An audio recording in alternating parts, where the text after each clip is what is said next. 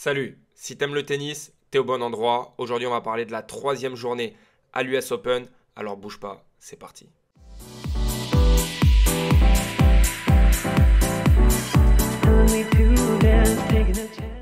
Je me professionnalise. Petite intro comme ça, pour commencer, ça fait plaisir. Il y a beaucoup de choses à dire aujourd'hui, mais on est obligé de commencer par Novak Djokovic.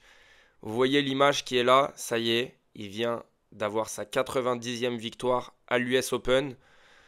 C'est le premier joueur de l'histoire à avoir 90 victoires dans chaque grand chelem. Dans chaque grand chelem, je ne sais pas si on se rend compte, à chaque fois, Novak Djokovic, il arrive à établir des nouveaux records qu'on n'imaginait même pas en fait. Il y a des records, on se dit, waouh, ça c'est des records, les grands chelems, les Master 1000, nombre de semaines en numéro 1 mondial. Mais là, le nombre de victoires dans chaque grand chelem. Je ne sais pas si vous vous rappelez dans la vidéo d'hier, allez la voir, sinon il y avait le nombre de victoires de Carlos Alcaraz. On est tellement loin de ces chiffres-là. Et franchement, là, c'est assez fou. Il faut savoir que le deuxième dans ce classement, c'est Federer qui a un petit peu plus de 70 victoires, je crois. Mais en fait, on est sur des stats complètement hallucinantes. Donc voilà, on était obligé de commencer par ce nombre, 90, qui représente vraiment quelque chose de très grand. Forcément, dans un coin de sa tête, il veut aller chercher les 100. J'imagine pas autre chose. Il est forcément au courant. Et il est vraiment pas loin. On va se dire que s'il se laisse aller. Enfin, en vrai, s'il va au bout là à l'US Open, l'année prochaine, il aura juste quelques tours à passer. Donc voilà, on est sur un record all-time, peut-être un des plus grands records de l'histoire du tennis. Franchement, celui-là, il est assez marquant.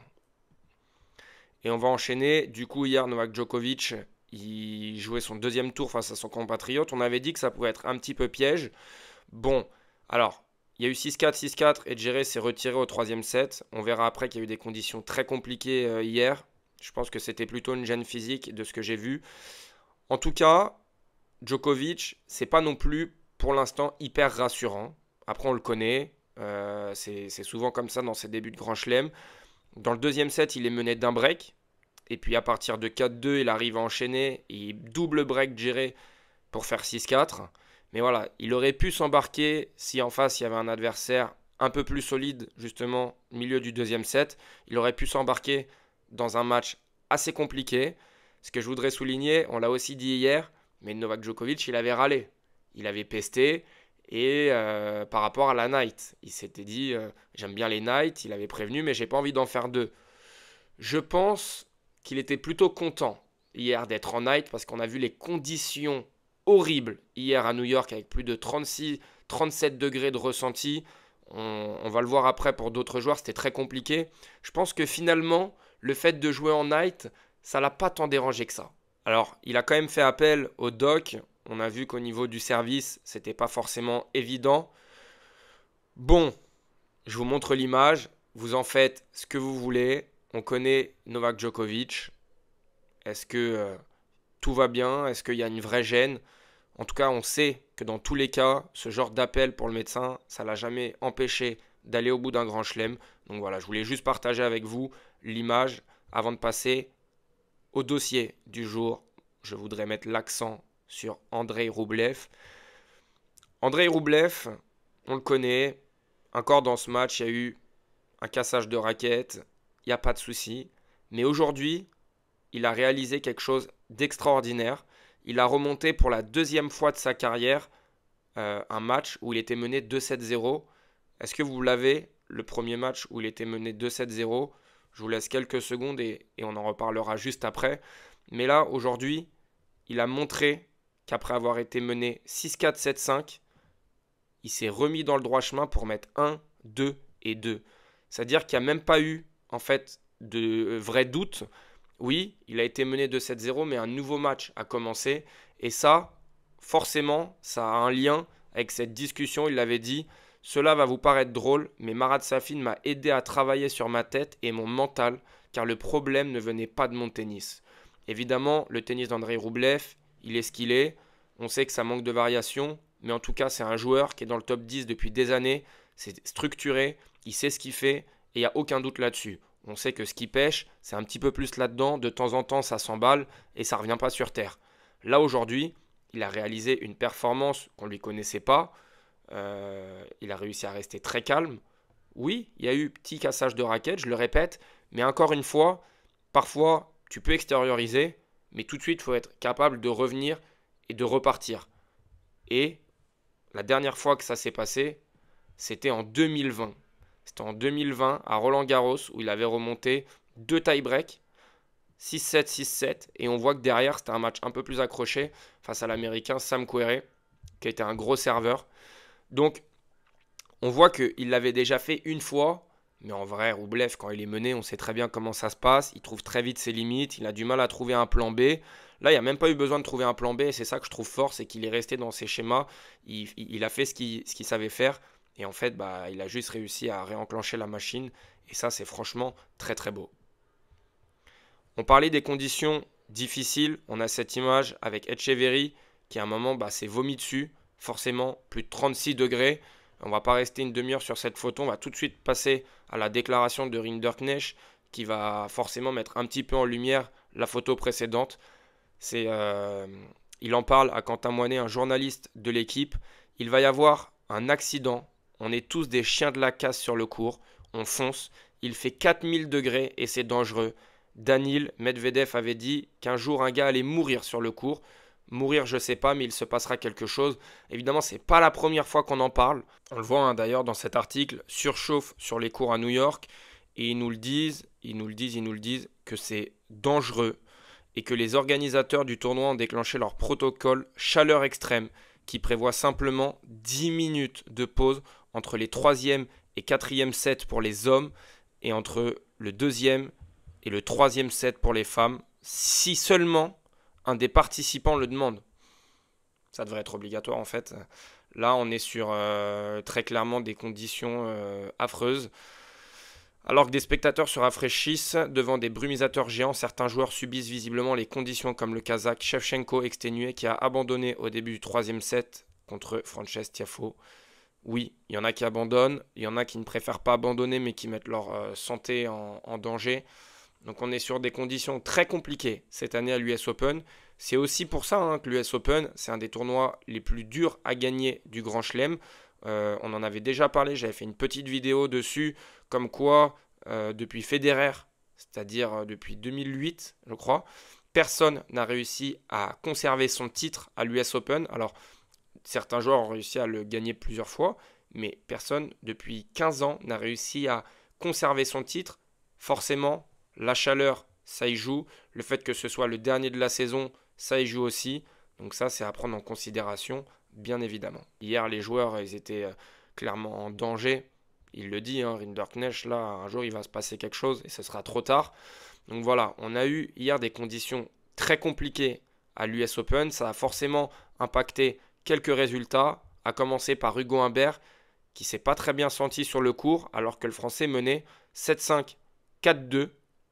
Et à partir de là, forcément, on l'a vu, il a baissé d'intensité, mais ça reste quand même une très grosse déception face à l'Argentin Comezzana. 10 doubles fautes, c'est beaucoup trop, mais surtout, on le voit ici, là, 5 sur 13 dans les balles de break. C'est trop concédé en fait, il y a trop de balles de break concédées, c'est pas normal, surtout avec sa qualité de service. On sait qu'en face, il joue un joueur qui est plutôt bon sur terre battue, même si Comezzana a fait une très bonne perf à Wimbledon en battant justement Roublev. Mais ça reste quand même une énorme déception pour notre numéro 1 français qui était ultra favori. Il y avait quelque chose à faire dans cette partie de tableau. Grosse déception. Pareil du côté de Gaël Monfils. Petite déception ici, pas grosse déception, mais petite. Forcément, en fait, il y a 2 lectures à ça. C'est de se dire, oui, c'était Casper Ruud en face, ça reste un top 10. Casper Ruud, mine de rien, à l'US Open, il a quand même une finale. Après, discutable ou non, il a une finale. Mais Gaël Monfils vient de faire un énorme tournoi à l'UTS. Il y a forcément laissé des plumes. Alors, il a pris un très beau chèque. Il s'est amusé. À 37 ans, les objectifs sont plus les mêmes. Et personne ne va lui en vouloir. Mais nous, en tant que fans de tennis, forcément, de voir Gaël Monfils pas à 100% en termes de récupération et sur une affiche comme ça, c'est un petit peu décevant. Il y a un point dans le tie-break du 4e set où, je ne dis pas que ça bascule, mais ça peut basculer un petit peu. Il y a 2-0 pour Casper Ruud. Et Gaël Monfils peut faire le débreak. Et il s'amuse un petit peu à poser un smash. Il pose une volée. Et Casper Ruud fait une défense exceptionnelle. Il finira par faire un passing. Et à ce moment-là, on sent qu'en fait, c'est fini 3-0 pour Casper. Alors que ça aurait pu revenir à 2-1, service à suivre pour Gaël. Donc voilà, il y a petite déception. En tout cas, grosse déception du côté des Français. Puisqu'hier, ils étaient 7 engagés. Il n'y en a aucun qui se qualifie pour le 3e tour. Donc c'est compliqué.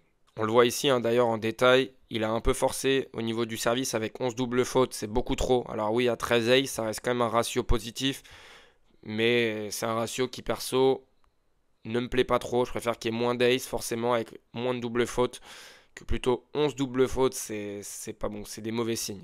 On va maintenant parler de 2 joueurs qui ont besoin de prendre un petit peu la lumière. Je ne sais pas si forcément tout le monde les connaît.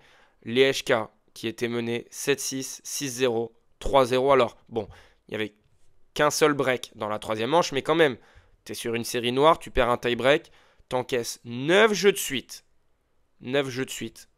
Pour au final t'imposer. Ici, on le voit là. 6-4, 6-4, 7-5. Perf XXL, Lehecka c'est un énorme cogneur, hein. C'est une machine physique, franchement, il a un corps, c'est un bulldozer, c'est un monstre, et voilà. Et là, au premier tour, on l'avait vu mettre uniquement 5 aces et faire 5 doubles fautes. Donc franchement, pas ouf. Au niveau du premier service, même 52%, c'était pas incroyable. Et hier, ça s'est un peu plus réglé, avec 29 aces. Alors le pourcentage n'est pas beaucoup plus élevé, mais 29 aces, c'est énorme. C'est un sacré joueur, ce Lehecka, très clairement. Et là, il a prouvé que mentalement et physiquement, il était prêt. On avait eu des doutes avec ses blessures. D'ailleurs, on se dit peut-être qu'il est un peu trop lourd pour le tennis. Il va falloir qu'il perde un peu de masse musculaire. Bon, en tout cas, là, il nous prouve qu'il est capable de faire une remontée incroyable. Et au prochain tour, énorme match. Énorme match contre Andrei Rublev. Ça, c'est de l'affiche. Pour un 3e tour, c'est monstrueux. Alors, les 2 joueurs ont forcément laissé des plumes avec leurs 2 matchs en 5-7. Mais là, on est sur un match qu'il faut absolument voir. Le 2e joueur, c'est le tube de l'été, Lorenzo Musetti, le magicien. Le magicien, ça c'est un match qu'il aurait perdu il y a 1 an ou 2. Il était capable de faire les montagnes russes, il était capable de faire des très bons matchs, mais aussi de faire des moins bons matchs. Et là, en fait, Musetti, dès que c'est accroché, Opelka, il arrive à s'en sortir en 4-7. Là, Kekmanovic, il arrive à s'en sortir 7-5 au 5e set.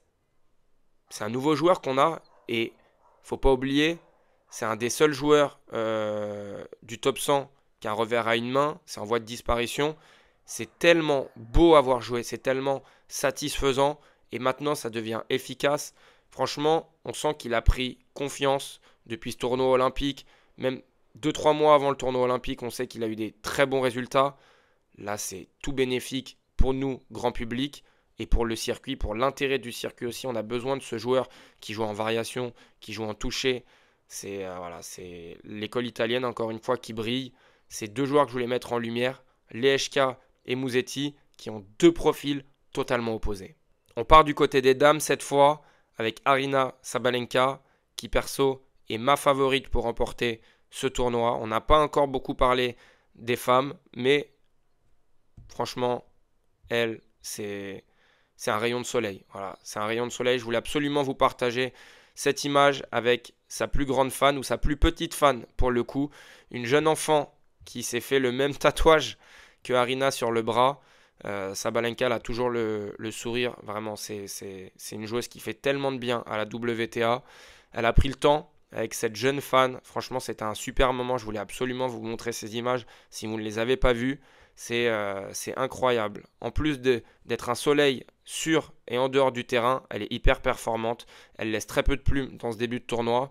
Et de l'autre côté, on a aussi Coco Gauff qui gagne 6-2, 6-0, 6-4, 6-0 et qui va affronter Svitolina. Alors, ce match, un peu trompeur. 6-4, 6-0. On regarde plus en détail. Et là, on voit 44% de premier service. 9 doubles fautes. Alors, oui, ça fait 6-4, 6-0. Pas de souci. Mais sauf qu'en fait, ça là, 9 doubles fautes, 44% de premier service. contre une joueuse, soit contre Sabalenka ou même peut-être contre Svitolina, ça va pas suffire. Tatiana Maria, c'est une joueuse qui fait que du chop, coup droit revers. J'ai envie de dire inoffensif pour une Coco Gauff. Évidemment, il y a une marge énorme. Coco Gauff tenante du titre, hein, on le rappelle.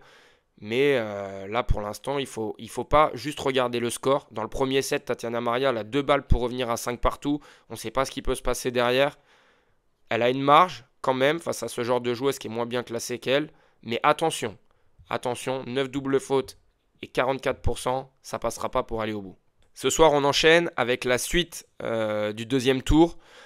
On a notamment Sinner face à un local. Ça m'intéresse. J'ai envie de voir la suite de l'Italien, de voir comment il va gérer ce deuxième match avec le public et toute son histoire extra-tennis. On a nos 2 Français, Manarino et Arthur Fils. Favori, Arthur Fils. On attend une victoire ici. Et on a Mensik. J'en avais parlé dans la vidéo précédente. Très important, Jakub Mensik à suivre, on l'avait dit. J'ai hâte de voir son match. Et on a aussi Medvedev et Carlos Alcaraz en night, enfin pour nous, dans la nuit. Donc on va voir ce que ça donne. Nous, on se retrouve demain pour analyser justement cette 4e journée à l'US Open. Comme d'habitude, si tu as aimé la vidéo, lâche un petit like, ça fait plaisir. Abonne-toi si ce n'est pas déjà fait. Et nous, on se dit à demain.